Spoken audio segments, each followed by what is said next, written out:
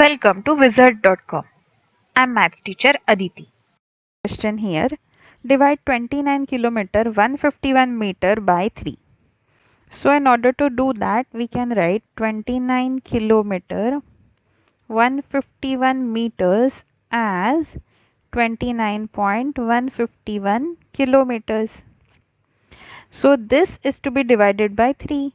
Therefore 29.151 kilometer divided by 3 will be, let's perform the division, 29.151 by 3.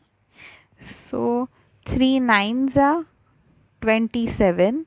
So 2 is left and this decimal point will be written over here in quotient. 2 is left, 1 will come down, 3 sevens are 21. 0 is left, 5 will come down, 3 ones are 3, 2 is left, 1 will come down, 3 sevens are 21.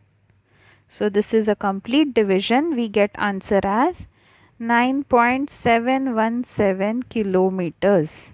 So let's see, answer is option B.